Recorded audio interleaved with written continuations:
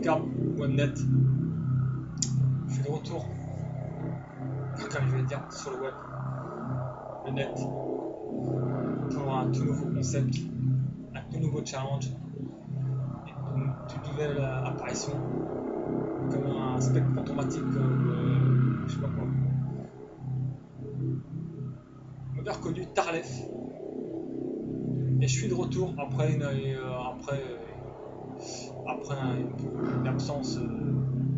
Mais ce qui compte, c'est que je suis de retour avec l'enthousiasme qui m'est représenté de ma personne. Voilà, c'est tout ce qui compte. Donc je suis là. Et aujourd'hui, c'est une toute nouvelle présentation. Casser les vidéos VHS. À vous casser le sang. Comme un film d'horreur et d'épouvante terrifiant, comme on doit le qualifier, quoi.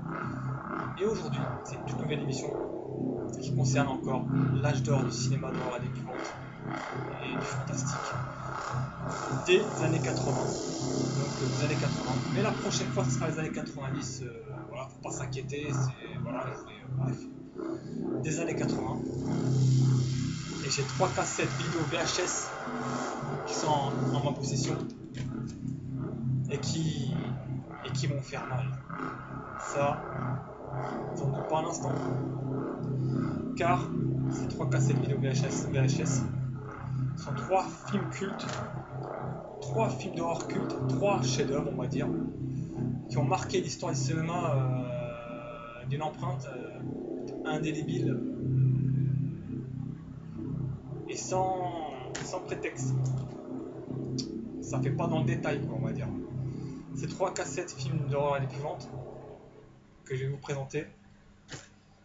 Je vais vous présenter directement, je vais vous faire un bref aperçu rapidement. Voilà, c'est pas, voilà, quoi. Je vais vous faire montrer un peu un bref aperçu des cassettes vidéo avec une vitesse assez éloquente. Donc, Tarlef, là aujourd'hui, on va commencer par la première cassette vidéo. Et ce film-là est un pur chef-d'œuvre du genre, un incontournable du genre, et je vous le présente directement sans plus attendre. Freddy 3. Freddy 3. Les griffes du cauchemar, par le réalisateur de The Mask, qui n'est autre que Chuck Russell, réalisateur de The Mask et L'Effaceur. L'Effaceur, un film qui a pour vedette Arnold Schwarzenegger. Donc un classique de l'horreur, un film culte, Freddy 3, je trouve bien la cassette vidéo. Freddy 3, les griffes du cauchemar. Un film réussi en tout point.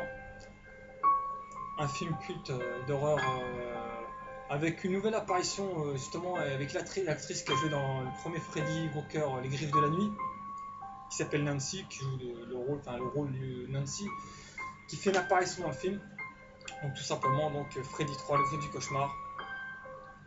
Voilà, donc. Et réussi en tout point.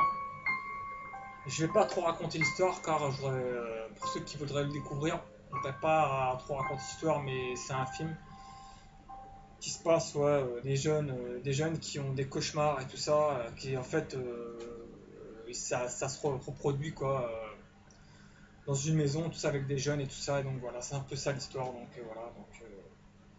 C'est le retour de Freddy Krueger, plus machiavélique que jamais. Donc je vais lire un peu les critiques.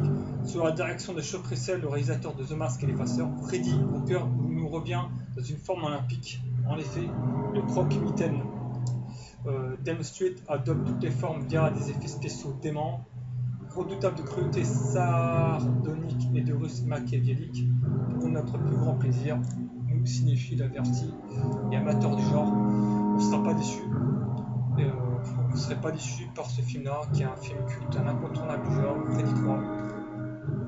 Donc voilà, on se rend bien la cassette. Aussi avec une apparition, aussi je parlais de Nancy, une apparition d'un acteur du père de Nancy, le père de la fille qui joue dans le premier Freddy.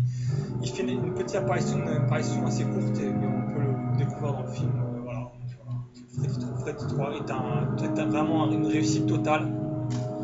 Et voilà, simplement. Et on passe au suivant. Alors là, ça va être du lourd. Et là, je vais justement, avant de le présenter, parce que ce film-là, vraiment là, est tout simplement un de mes préférés, et un des plus réussis, un des plus méconnus aussi, un des plus terrifiants, angoissants, et tout simplement quoi. Je vais le présenter, et directement, là, sans plus attendre, sinon la patience risque d'être ininterrompue. Oh là, le bégaye, on va avoir du café de travers ou quoi. Ah, là, c'est pas grave, bref. Sans plus attendre, suspense, démon, voilà. Ça, c'est vraiment du lourd. Démon de Lamberto Bava et de Dario Argento, produit par Dario Argento et réalisé par Lamberto Bava. Démon est un film ultra cultissime des années 80, un des plus terrifiants et un des plus gore. Ça, c'est clair. Ce film est gore, avec des scènes chocs qu'on n'oublie pas de sitôt. Donc voilà, je sais pas quoi vous dire de plus. Démon, une jaquette vraiment terrifiante, bien dessinée, tout ça. Lamberto Bava, Dario Argento. Dario Argento qu'on ne présente plus, Dario Argento qui a réalisé avec Zombie avec George Romero, Suspiria, Démon 2, Ténèbres et j'en passe, la liste qui est longue, je ne serais pas trop m'attarder dessus, sinon je serais encore là-dedans à parler de sa filmographie. Démon est un film choc, un film qui a traumatisé toute une génération. Ça c'est clair, qui a traumatisé de par ses effets spéciaux gore. Donc la cassette en parlant, de par ses effets spéciaux gore, sa mise en scène énergétique, la bonne musique qu'il y a derrière. C'est vrai que la musique y contribue largement. La musique assez, on va dire pop 80, hard rock 80, et puis aussi une musique par contre, une soundtrack aussi par moments terrifiante et tout ça, tout est réussi. Et le côté énergétique. Voilà quoi, donc dans la lignée de Zombie et du Jour des Morts Vivants, hein, une réussite en tout genre. Donc je vais raconter un peu l'histoire de Démon. Voilà, c'est une histoire qui se passe dans un cinéma en fait. L'avant-première, c'est des gens qui vont dans un cinéma. Et en fait, après, là, il se passe des trucs bizarres, des événements tragiques qui vont se passer. Donc, des monstres qui vont sortir, enfin, bizarres, mais c'est des monstres qui vont sortir du cinéma, du film, quoi. C'est un truc comme ça. En fait, je raconte l'histoire à l'avant-première d'un film d'horreur. Dans la salle, la terreur commence, contaminé par les images. En fait, les images contaminent les spectateurs. Des spectateurs se transforment en monstres dans la panique et le sang. Seul un couple échappera, va s'échapper pour découvrir en dehors des démons acharnés qui vont envahir la ville. Enfin, bref, parce que là, j'arrive pas trop à lire la cassette. En fait, après, bon, il y aura des monstres, tout ça. Après, c'est une histoire de contamination. Après, tout le monde va te contaminer, ils vont envahir la ville. Et là, ça va être vraiment l'horreur. Un voyage au bout de l'horreur, comme on l'a rarement vu dans le cinéma. Et par contre, avec des imperfections, malheureusement, des défauts, des gros défauts, donc ça, après, on oublie une fois qu'on est dans le film. Mais par contre, c'est des défauts minimes, c'est des défauts au niveau un peu du scénario, un peu de la crédibilité des personnages, mais franchement, après, ça va de l'horreur, hein, des scènes un peu d'horreur outrancier, quoi. C'est pas de la rigolade. Hein. Démon est une pure réussite du genre, un film culte, un film européen. C'est pas du tout un film américain, et c'est le plus réussi des films européens. C'est le meilleur film européen qui a été réalisé, tout simplement.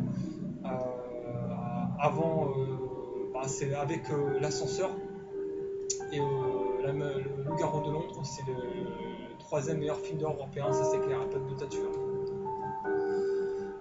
Voilà. Donc le meilleur film d'horreur européen de l'histoire du cinéma européen, il a rien à envier. Donc la musique, attends, je vais la remettre parce que la musique elle a un petit peu. Là. Je reviens. Ouais, quoi, ça c'est des aléas du direct.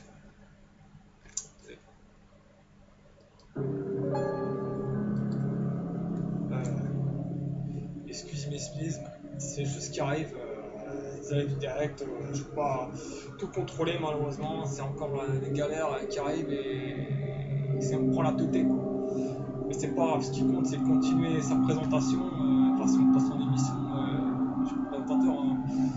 Je suis qu'un anonyme, un anonyme du webnet, un anonyme tout simplement.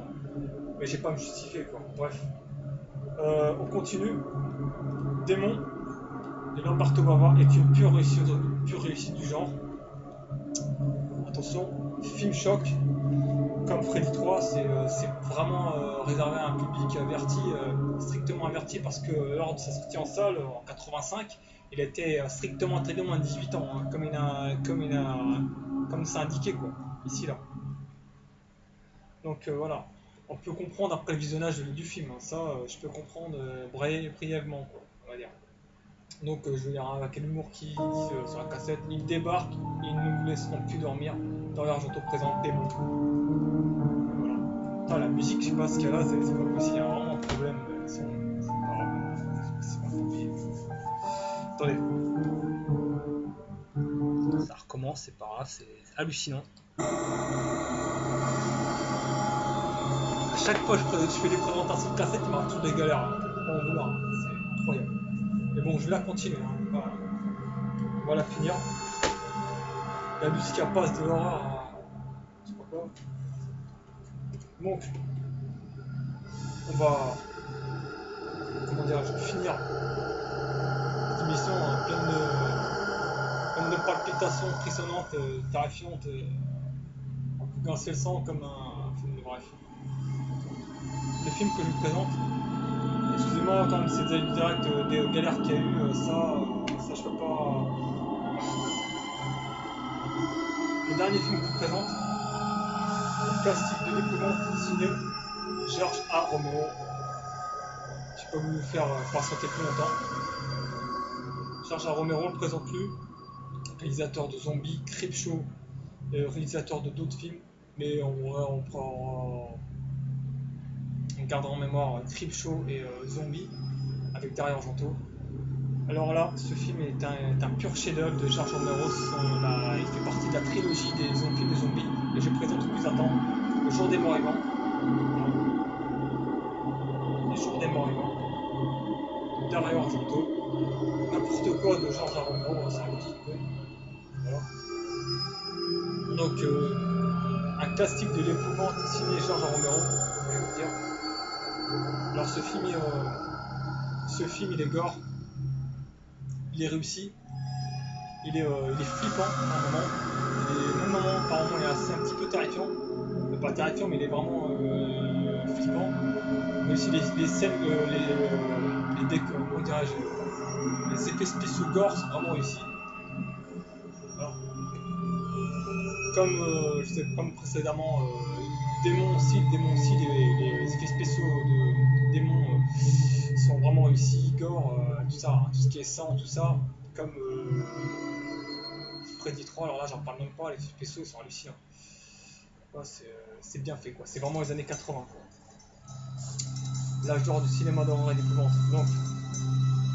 Donc je vais raconter l'histoire, les morts vivants se sont emparés du monde, la situation semble désespérée pour un groupe de scientifiques et de militaires réfugiés dans un silo homicide. Les vivants sont presque épuisés, tout comme les munitions et les médicaments, il n'y a qu'un espoir pour les humains, trouver le moyen de contrôler les morts vivants ou les renvoyer dans leur tombe définitivement, alors que Dr Logan, un savant, supervise d'étranges expériences dans l'abri, la situation se dégrade et la tension monte dangereusement. Donc tout est dit. C'est un film qui a inspiré,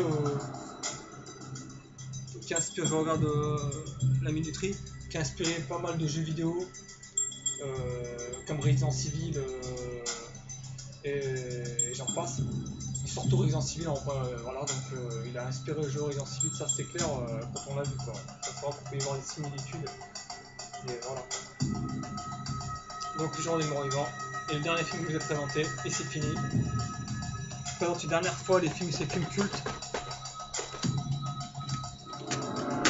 Préditoire, le chef de scène, effets spéciaux exceptionnels, super, réussi, un des meilleurs Freddy,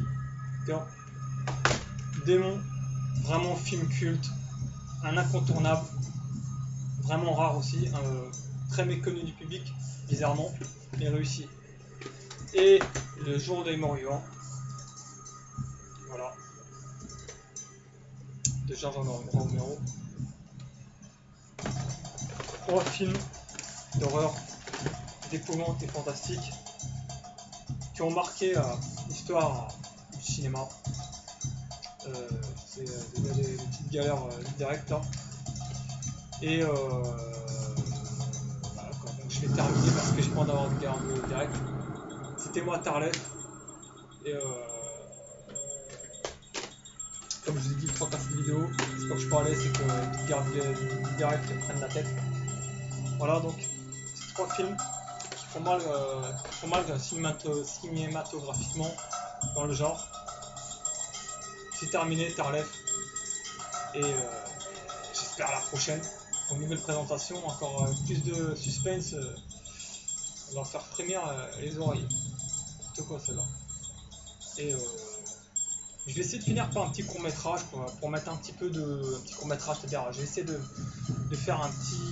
Je vais essayer de jouer un petit rôle, comme je fais d'habitude, en beauté, dans un film d'horreur. Et je vous dis à la prochaine, je vais essayer. Je sais pas. Je fais genre. Qu'est-ce qui se passe dans cette maison?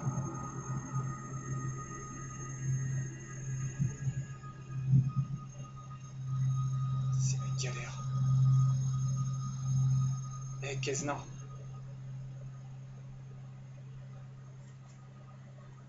Pas qu'on reste trop dans cette maison, tu vois. Qu'est-ce qui se passe ici? J'avais entendu dire que cette maison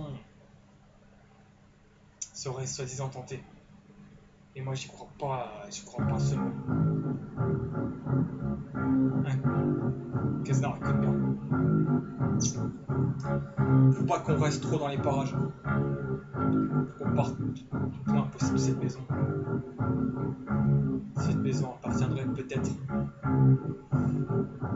Je sais pas. Je sais pas comment dire, mais des fantômes. Des fantômes en fait. Cette maison serait encore hantée par des entités, tu vois. Et moi, c'est une histoire qui me fait rire, qui a mort de rire parce que moi j'y crois pas, tu vois. Écoute, Kesnar. On s'en va. Et on reviendra demain. Prendre des notes. Parce que cette maison se trouve ici, dans l'Arkansas. On doit vraiment ouvrir. Parce que là, à ce temps-là, je ne sens pas tout ce que je veux dire. Donc, je reviendrai. Bref, c'était pas très réussi. C'était juste de faire une petite vidéo parce que comme je fais d'habitude, j'essaie d'amener ma petite originalité. Original, c'est tout ce qui compte. Donc c'était moi Tarlef. Et je vous dis à la prochaine. Pour une prochaine présentation, j'espère. Peut-être là de films science-fiction. Toujours en cassette vidéo VHS évidemment. De films de science-fiction, mais ça on en reparlera la prochaine fois. Ou de films d'horreur, d'épouvante, des chefs-d'œuvre de l'épouvante et de l'horreur et du fantastique des années 90 sûrement. Ça, il n'y a pas de doute là-dessus. Donc, je vous dis à la prochaine. C'était moi-même, Tarlef. Et j'espère que cette présentation a plu. C'est tout ce qui compte. C'est un personnage webnet qui s'éteint pas et qui reviendra. Ne vous inquiétez pas. À la prochaine. Voilà. Alors, bon visionnage. Faites de bon visionnage. Je sais pas cette vidéo. Et pas de cauchemar. Surtout, à la prochaine.